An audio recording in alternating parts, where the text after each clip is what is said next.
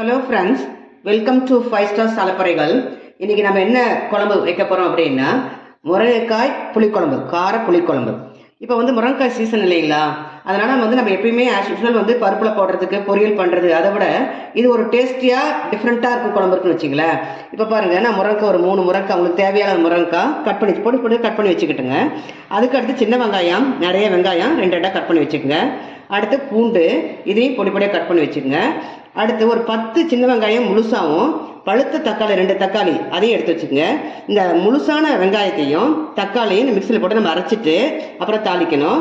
அடுத்து நம்ம எப்பயும் பயன்படுத்துகிற மாதிரி கொஞ்சம் வெந்தயம், சீரகம், கட்டி பெருங்காயம், அடுத்து கொத்தமல்லி தூள், மஞ்சத்தூள், மிளகாய்த்தூள், கடுகு உளுத்தம் பருப்பு. அடுத்து புளி ஒரு 50 கிராம் புளி கெட்டியாக நான் இது பண்ணி மிக்ஸ் பண்ணி ஃபில்டர் பண்ணி வச்சுக்கிட்டேன். அடுத்து தேங்காய் கொஞ்சம் தேங்காய் மட்டும், அவ்வளோதாங்க. இப்போ பாருங்கள், அடுப்பில் நான் பானை வச்சாச்சு.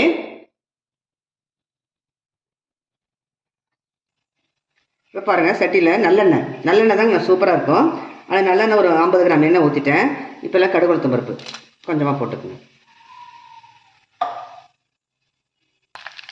இப்போ பாருங்கள், கடுகு உளுத்தம் பிடிச்சிச்சு.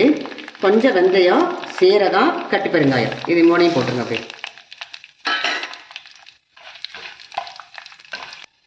இப்போ பாருங்கள், சின்ன வெங்காயம் பொடியாக நறுக்கின சின்ன வெங்காயம், பூண்டு, கருவேப்பிலை, இதை 3 போட்டு நல்லா வணக்குங்க.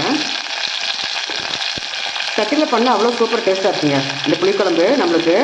அதாவது நம்ம அடுத்த நாள் அதை அப்படியே வச்சு அடுத்த நாள் சாப்பிட்டோம்னா அவ்வளோ ஒரு டேஸ்ட்டாக இருக்கும். அதனால் மேக்ஸிமம் நம்ம சட்டியில் தான் வைப்பேன் நான். அவ்வளோ டேஸ்ட்டாக இருக்கும் பாருங்களேன். இப்போ பாருங்கள், வெங்காயம், இந்த முழு வெங்காயம் வச்சுருந்தீங்களா ஒரு 10 வெங்காயம், அது தக்காளி, பழுத்த தக்காளி 2, இது 2 மிக்சியில் போட்டுட்டு அரைச்சிட்டு இதை நம்ம ஆயிலில் இப்போ போட்டுக்கலாம்.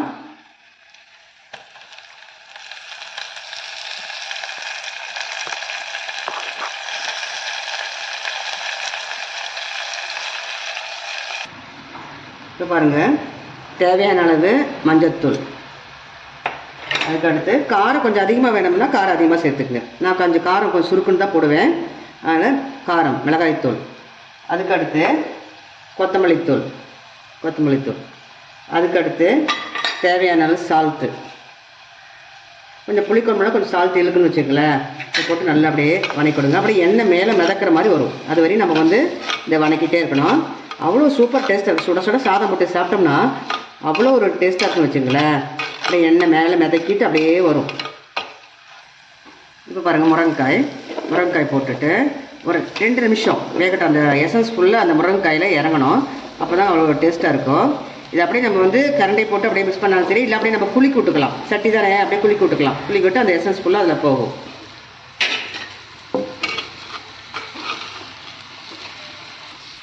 இப்போ பாருங்கள், புளி ஒரு 50 கிராம் புளி கரைச்சி வச்சுக்கிறேன், ஃபில்டர் பண்ணி அதை அப்படியே ஊற்றிக்கலாம்.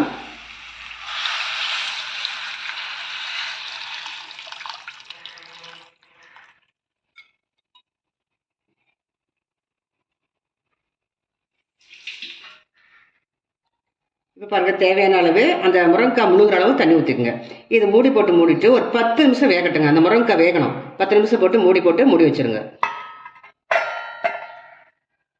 பாருங்கள், முருங்கைக்காய் வெந்துருச்சு. பாருங்களேன், நம்ம எவ்வளோ தண்ணி ஊற்றினோம் சுண்டிட்டு. பாருங்கள், முருங்கைக்காய் அப்படியே ஒரு சூப்பர் டேஸ்ட், அப்படியே வாசனை அப்படியே கமன்னு இருக்குது பாருங்களா. அப்படியே குழம்பு இந்த மீன் குழம்புலாம் செய்வோம் இல்லைங்களா, அந்த பதத்துக்கு வந்திருக்கு பாருங்களேன். சூப்பர் டேஸ்ட்டாக இருக்கும். அதுவும் இந்த பானையில் நம்ம சட்டியில் பண்ணுறதுனால அவ்வளோ ஒரு டேஸ்ட்டு. சுண்டிட்டு எல்லாமே வெந்துச்சு. நல்லா சோத்துக்காயினால அப்படியே குழம்புன்னு நல்லா சூப்பராக இருக்குது. இப்போ இதில் என்ன பண்ணணும்னா, இப்போ தேங்காய் பாருங்கள் அரைச்சி வச்சுருக்கிறேன், அதை ஊற்றிடலாம். சும்மா தேங்காய் ஊற்றிட்டு ஒரு 2 நிமிஷம் தாங்க போதும், ரொம்ப கொதிக்க விட வேண்டாம். ஒரு 2 நிமிஷம் அப்படியே கொதிக்கட்டும். இப்போ பாருங்களேன், இந்த தேங்காய் ஊற்றிட்டு ஒரு 5 நிமிஷம் கூட தேவையில்லைங்க, 2 நிமிஷம் தான். பாருங்கள் எவ்வளோ கொதிச்சுட்டு இருக்குது. சூப்பர் டேஸ்ட்டாக இருக்குன்னு வச்சுக்கலேன். இங்கே பாருங்கள், நான் செஞ்சு காமிக்கிறேன் பாருங்கள். அப்படியே சூப்பர் டேஸ்ட், கமன்னு சூப்பராக இருக்கு வச்சுக்கல. சுட சாதம் போட்டு நம்ம சாப்பிட்டோம் அப்படின்னா அவ்வளோ ஒரு டேஸ்ட்டாக இருக்கும். நீங்கள் வந்து என்ன வேணால் வேறு பாத்திரத்தில் மாற்ற வேண்டாம். ஏன்னா சட்டி வந்து அவ்வளோ ஹீட்டு, அதனால் அப்படியே வந்து அடுப்பை அப்படியே ஆஃப் பண்ணிவிடுங்க. ஆனால் அப்படியே இருந்துச்சுன்னா அவ்வளோ ஒரு சட்டியில் டேஸ்ட்டாக இருக்கும். நல்லா ஆறின பிறகு ஒன்று சட்டிலே வச்சு சாப்பிடுங்க. இல்லையா அப்படின்னா ஒரு 2-3 மணி நேரம் கழிச்சு கூட வேறு பாத்திரத்தில் மாற்றிக்கலாம். அவ்வளோ ஒரு டேஸ்ட்டாக இருக்கும். நீங்களும் இதை செஞ்சு பாருங்கள். முருங்கை கார புளிக்குழம்பு அவ்வளோ ஒரு டேஸ்ட்டாக இருக்கும். நீங்கள் முயற்சி செஞ்சு பாருங்கள். கமெண்ட் பாக்ஸில் கமெண்ட் பண்ணுங்கள். இந்த வீடியோ பிடிச்சிருந்தா லைக் பண்ணுங்கள், ஷேர் பண்ணுங்கள், சப்ஸ்கிரைப் பண்ணுங்கள். ஓகே, பாய்.